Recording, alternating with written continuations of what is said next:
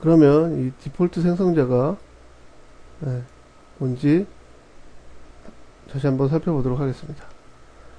디폴트 생성자는 우리가 앞서 정의한 철수 클래스에서와 같이 생성자가 존재하지 않으면, 생성자를 선언을 정의하지 않으면 C++ 컴파일러가 자동으로 생성해주는 생성자를 디폴트 생성자라고 합니다. 이것에 대해서 조금 더 자세히 살펴보도록 하겠습니다. 그 전에 이제 참고로 프로그래머가 클래스를 만들었을 때, 만들지 않는다면, 프로그래머가 직접 작성하지 않는다면 컴파일러가 자동으로 생성해주는 함수들이 있습니다. 이 네 가지, 뭐 디폴트 생성자와 복사 생성자, 소멸자, 복사 대입 연산자 하는 것들이 자동으로 생성된다는 것을 참고로 이해하시고 넘어가시면 되겠습니다. 그럼 디폴트 생성자가 어떻게 생기는지 살펴보도록 하겠습니다. 디폴트 생성자라는 것은 모양은 이렇습니다. 이름은 클래스 이름과 동일하고요. 매개 변수는 아무것도 받지 않습니다. 그리고 함수 내용 역시 아무것도 없습니다. 요게 디폴트 생성자의 모습입니다. 그래서 실제로 아무런 동작을 하지 않습니다. 무슨 얘기냐면, 철수 클래스를 가지고 인스턴스를 만들 수 있는데, 그때 생성자가 호출이 되게 되죠. 무조건 생성자가 호출됩니다. 그때 우리가 굳이 생성자를 만들어주지 않는다면, 이렇게 아무런 동작을 하지 않는 그런 디폴트 생성자를 호출을 해서 실제로 생성자를 통해서 아무런 동작을 하지 않는다 라는 것을 프로그램상으로 명시를 해주는 겁니다. 그래서 이런 내용은 우리가 직접 쓰지 않아도 컴파일러가 알아서 써준다 라고 알고 넘어가시면 되겠습니다. 네, 멤버 초기화를 이용한 생성자를 같이 보시면, 객체를 프라이빗 멤버 봇으로 가지고 있을 때 클래스 생성자가 어떻게 만들어야 되는지, 그것에 대해서 살펴보도록 하겠습니다. 여기 앞에서 예제를 보시면 철수라는 클래스가 있고요, 생성자가 하나 있습니다. 이름을 대입해 주죠. 그리고 데일리 라이프라는 생성자가 있고, 이 데일리 라이프 클래스 안에 이 철수 클래스를 프라이빗 멤버 변수로 이렇게 가지고 있게 됩니다. 그리고 데일리 라이프 클래스 안에 철수 클래스를 이제 인스턴스 매개 변수로 받아서 철수 클래스를 이렇게 촉결을 해줍니다. 이때 메인 함수에서 다음과 같이 호출하게 되면 어떻게 되냐면, 이 철수 클래스에 이 이름을 초기화하는 이 생성자를 가지고 철수 클래스에 대한 인스턴스를 하나 만들죠. 그것을 데일리 라이프에 매개 변수로 이렇게 전달합니다. 매개 변수 전달하면 이 데일리 라이프 클래스 인스턴스가 하나 만들어지게 됩니다. 그럼 여기서 이렇게 전달하게 되면 이 철수 오브젝트라는 이 변수에, 매개 변수에 전달이 되게 되고, 대문을 통해서 이 철수 클래스의 인스턴스가 초기화되게 되는 거죠. 근데 여기서 보시면 이 철수 클래스의 그 생성자가 어디서 호출될까요? 먼저 보시면 제일 첫 번째 문장에서 실행이 됩니다. 첫 번째 문장에서 이름을 대입해주는 철수 클래스의 생성자가 한번 호출되고, 그 다음에 요 변수를 만들 때, 매개 변수를 만들 때도 한 번 더 호출되게 됩니다. 이렇게 해서 총 두 번이 호출되는데, 그러면 요것들을 조금 더 그 멤버 초기화라는 것을 이용해서 조금 더 간단히 표현해 줄 수 있는데, 다음과 같은 문법이 있습니다. 클래스에 클래스 자체를 넘기지 않고 이름을 넘길 수 있습니다.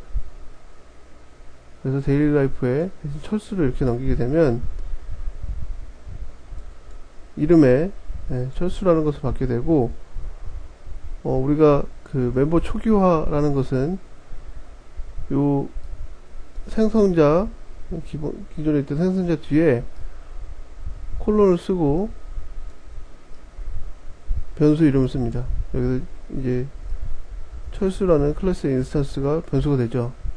변수를 쓰고 그 다음에 전달하고자 하는 값을 이렇게 전달합니다. 그렇게 되면 실제로 여기서 이 생성자가 호출이 되게 되는 거죠.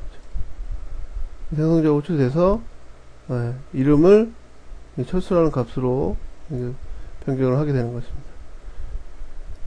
요 멤버 초기화는 그 클래스 뿐만이 아니라 뭐 인트나 아니면 뭐 캐릭터로 설정되어 있는 선언되어 있는 그런 변수들에도 사용할 수 있으니 이렇게 사용하시면 된다라고 알고 계시면 좋을 것 같습니다.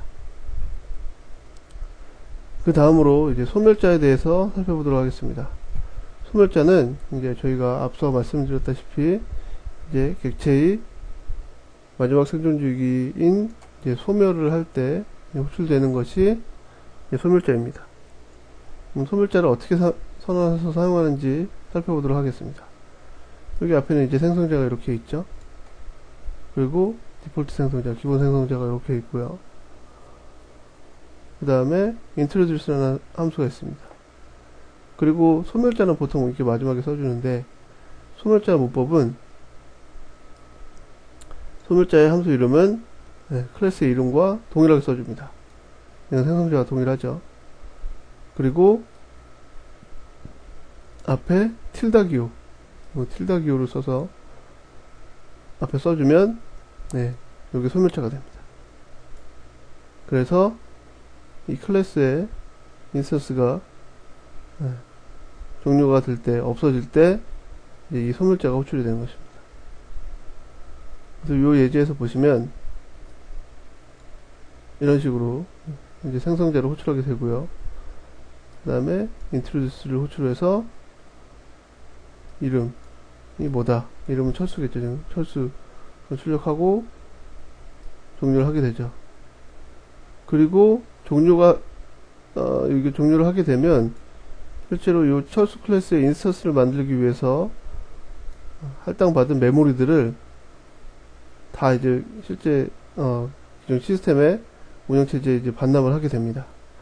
그렇게 되면 이 클래스가 이제 소멸이 되게 되는 거죠. 클래스가 사용하고 있던 메모리를 반납했기 때문에 클래스는 더 이상 존재하지 않습니다.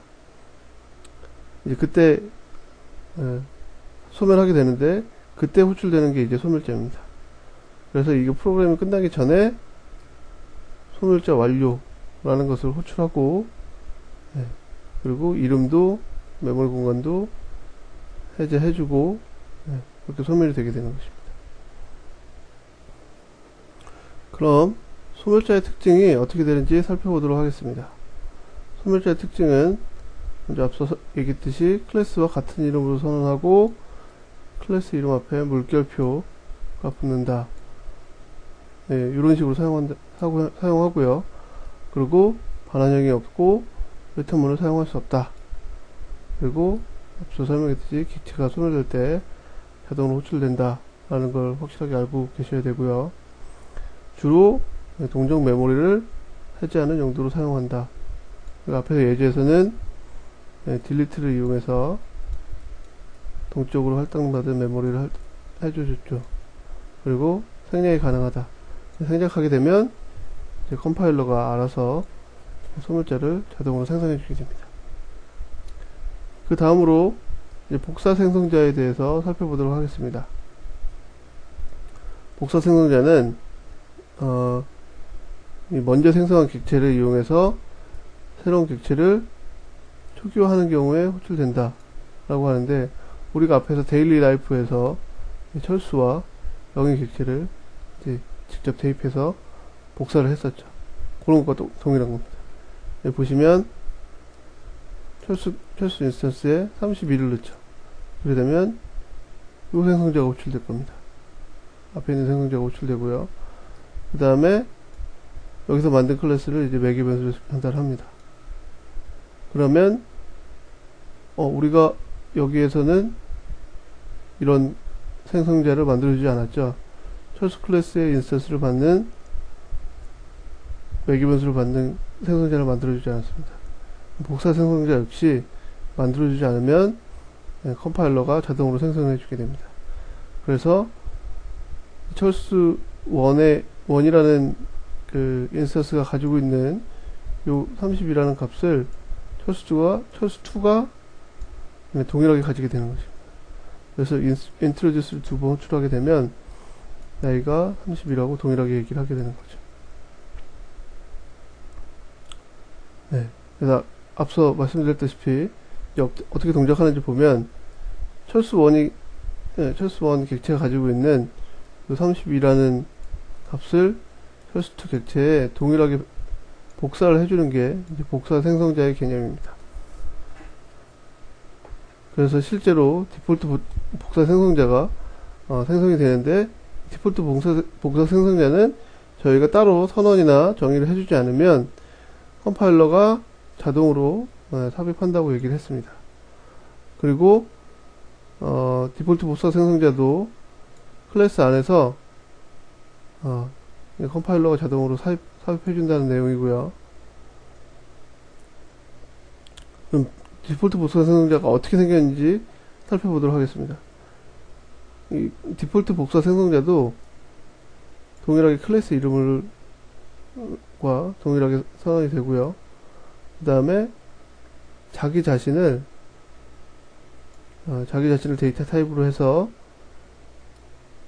매개 변수로 받아옵니다. 왜냐면 자기 자신과 동일한 클래스의 인스턴스를 매개 변수로 받아서 복사를 해줘야 되기 때문이죠. 그 다음에 앞에서 배운 요 멤버 초기화 방법을 이용해서 우리가 이 클래스에 가지고 있는 프라이빗 멤버 변수들을 동일하게 다 복사를 합니다. 그렇게 됐을 때 요 매개 변수로 받은 이 소스 클래스, 소스 인스턴스가 가지고 있는 값이 새롭게 생성되는 클래스에 동일하게 복사가 되는 것이죠. 그래서 앞서서 봤듯이 똑같이 32라는 값이 age로 세팅이 되게 되는 것입니다.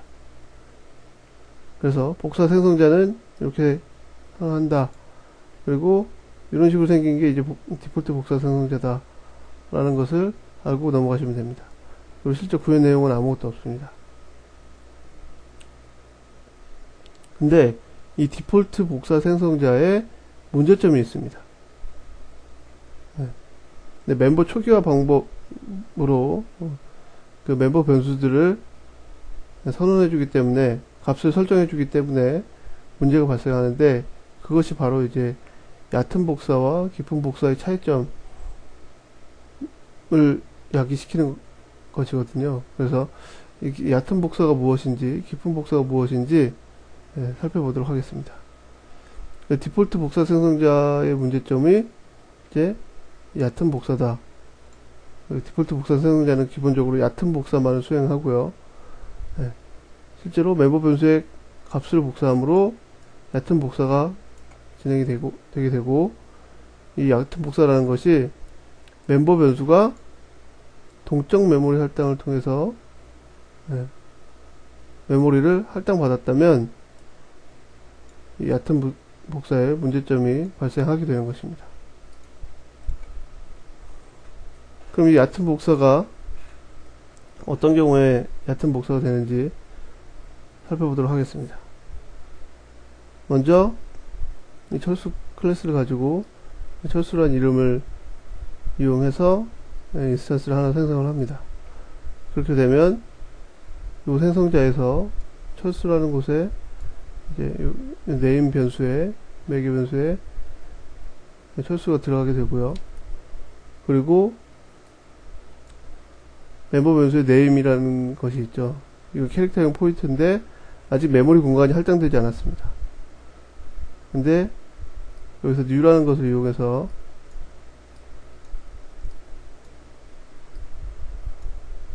이만큼 메모리 공간을 할당해 주게 됩니다. 그래서 여기 철수 이렇게 쓰게 되는 것이죠. 그리고 네. 문자열을 복사해 주고요. 그리고 씨앗을 출력하고 종료하게 됩니다. 그다음 두 번째 행을 보면 기존에 철수 클래스 인스턴스를 만들어 가지고 처리라는 인스턴스를 만들게 됩니다. 그렇게 되면 여기서 이제 얕은 복사가 실행이 되게 되는데요. 이때 메모리 공간에서 어떤 일이 발생하는지 살펴보도록 하겠습니다. 우선 앞서 만든 철수 인스턴스의 네임이 여기를 가리키게 되죠. 그리고 이 값은 실제로 이 메모리의 주소 값을 여기 변수에 저장하게 됩니다. 그럼 처리는 어떻게 될까요? 철희의 네임은 그 디폴트 복사 생성자에서 메모 변수 초기화 하는 방법 때문에 이 철수의 네임과 동일한 값을 갖게 됩니다. 그래서 여기에 이 메모리를 동일하게 가리키게 되는 거죠. 실제로 그럼 어떻게 돼야 될까요? 실제로는 여기 있는 내용도 동일하게 메모리 공간 어디다가 복사해 놓고 실제로 여기를 가리켜야 되는 거죠. 그래서 얕은 복사라는 것은 실제로 동일한 기존에 이제 복사 생성자로 이제 전달된 이 클래스 인스턴스가 가지고 있는 이 메모리 공간을 동일하게 가리키는 변수가 하나 더 만들어진다. 실제로 내용을 복사하지 않고 메모리 주소값만 이렇게 복사하기 때문에 얕은 복사라는 것이 발생한다 라는 것을 알고 넘어가시면 됩니다. 그래서 여기서 출력되는 결과를 보면 이제 각각 인트로듀스를 두 번 호출하는데 그때 각자 이름은 철수다 라고 여기까지는 정상적으로 실행이 됩니다. 근데 먼저 철수 소멸자가 완료됐다라고 출력이 되는데 이 프로그램이 끝나게 되면 실제로 소멸자가 호출되지 않습니까? 그랬을 때 메모리를 해제해 줍니다. 여기 철수의 네임으로 가리키고 있던 이 공간을 해제해 주게 되는 거죠. 그리고 소멸자 완료됐다고 출력을 합니다. 여기까지는 정상적으로 동작합니다. 한데 이제 처리 클래스의 이 인스턴스가 종료가 되게 돼야 되는데 그때 다시 한번 이 소멸자가 호출이 되게 됩니다. 그렇게 되면 다시 한번 네임을 해제하게 되죠. 근데 네임을 해제하려고 보니 이 메모리 공간은 이미 메모리를 반납한 상태입니다. 철수의 네임과 처리의 네임이 동일한 메모리 공간을 가리키고 있기 때문에 처리의 네임이 종료할 때 이 메모리 공간을 제대로 해제를 못하고 에러가 발생하게 되는 것이죠. 요게 얕은 복사의 문제점입니다. 그럼 이 얕은 복사가 어떻게 되는지 다시 한번 살펴보도록 하겠습니다. 우선 우리 앞서 얘기했듯이 철수 객체와 처리 객체가 있죠. 근데 철수 객체에 네임이라는 변수가 있고 처리 객체에도 네임이라는 변수가 있습니다. 근데 각자 주소 값을 가리키게 되는데 그때 동일한 메모리 공간을 가리킨다. 근데 이 메모리 공간은 철수 객체가 초기화될 때 뉴를 통해서 할당받은 동적 메모리 공간이다. 근데 여기서 처리 객체가 얕은 복사를 수행함으로 인해서 동일한 메모리 공간을 가리키게 된다 라는 걸 알고 계시면 됩니다. 그래서 이때 프로그램이 끝나면 이제 소멸자가 호출이 되게 되는데 먼저 철수 객체가 메모리 공간을 해제하고 처리 객체가 다시 한번 메모리 공간을 해제하려고 할 때 프로그램의 논리상의 오류가 발생하게 되는 것입니다.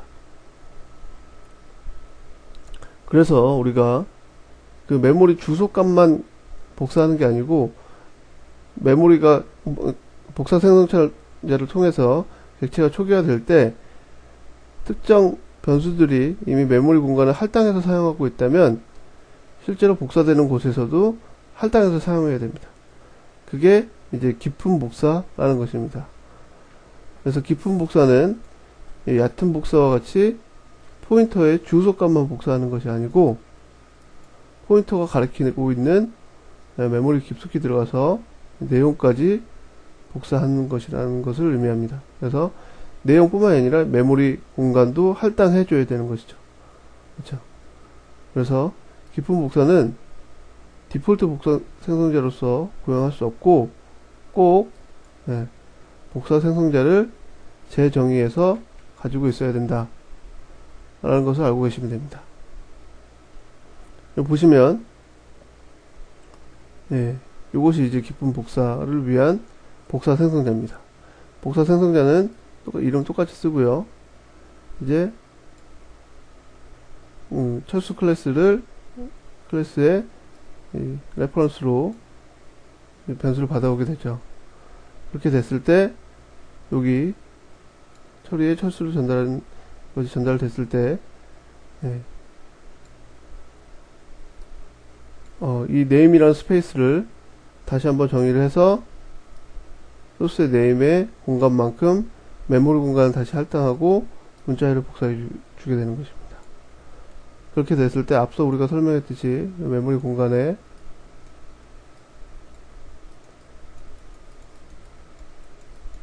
철수가 있고 이거는 철수한 name이 이렇게 가리키게 되고요. 거기에 크기만큼 다시 한번 메모리 공간을 할당하고 문자열을 복사해 주죠. 근데 여기 처리닷 name이 가리키게 되는 거죠. 그래서 소멸자가 호출됐을 때 동적으로 할당된 메모리 공간을 해제해 주는데 이 공간도 해제되고 이 공간도 해제를 해줘서 문제없이 소멸자가 호출되게 되는 것입니다. 그 깊은 복사가 어떻게 되는지 동작하는지 살펴보면 철수 객체가 있고요. name이란 메모리 변수가 주소값을 가리키고 있는데 철수라는 메모리 공간을 할당해서 류를 통해서 할당받은 동적 메모리 공간을 가리키게 되는 것입니다. 그리고 재정의한 깊은 복사 생성자를 통해서 깊은 복사를 수행하면 이 메모리 공간의 크기만큼 똑같은 메모리 공간을 할당하게 되고 처리 객체의 name 값이 여기를 가리키게 되는 것입니다.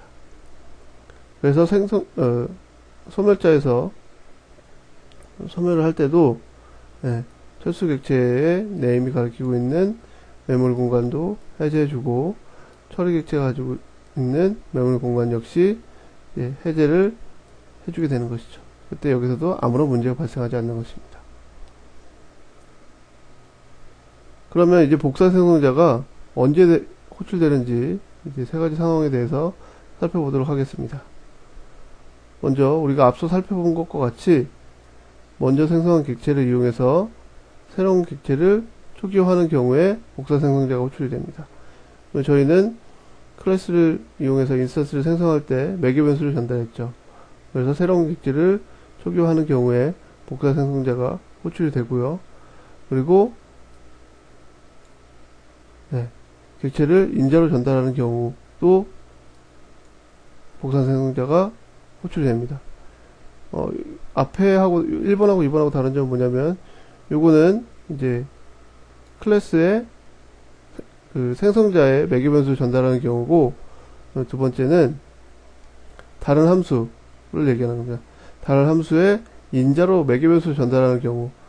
그러니까 1번은 클래스의 생성자에 전달하는 경우고 2번은 다른 모든 함수에 전달하는 경우를 의미하게 됩니다. 다른 함수에 전달해도 복사 생성자가 호출이 된다 라고 알고 넘어가시면 됩니다. 그리고 함수 내에서 객체를 리턴하는 경우에도 복사 생성자가 호출이 됩니다. 리턴하는 경우에 새로운 리턴 값을 객체가 다른 객체가 받기 때문에 복사 생성자가 호출이 되게 되는 것입니다. 그래서 앞서 배운 요 1번 내용 말고 2, 3번 내용을 같이 한번 살펴보도록 하겠습니다. 처음으로 이제 먼저 생성한 객체를 인자로 전달하는 경우, 함수 인자로 전달하는 경우인데요. 여기 보시면 copy constructor call1이라는 함수가 있습니다. 요거는 이제 이 철수라는 클래스의 생성자가 아니고 그냥 멤버 함수죠. 멤버 함수인데 그때 철수 클래스를 이제 매개 변수를 받는 경우입니다. 그렇게 되면 여기서 이렇게 호출을 해주게 되면 이 철수1 이 인스턴스의 인스턴스를 매개 변수로 전달해 주기 때문에 이때 요 철수 오브젝트 1이라는 이 멤버 변수에 요 값이 그대로 복사되게 됩니다. 철수 1의 인스턴스에 있는 값이 그대로 복사되기 때문에 이때도 다시 한번 이제 복사 생성자가 호출이 되게 되는 것입니다.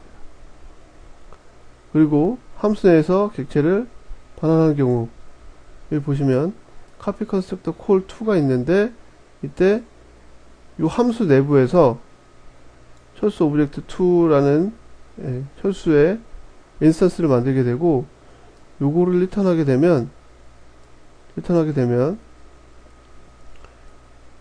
여기서 호출했을 때 리턴 값을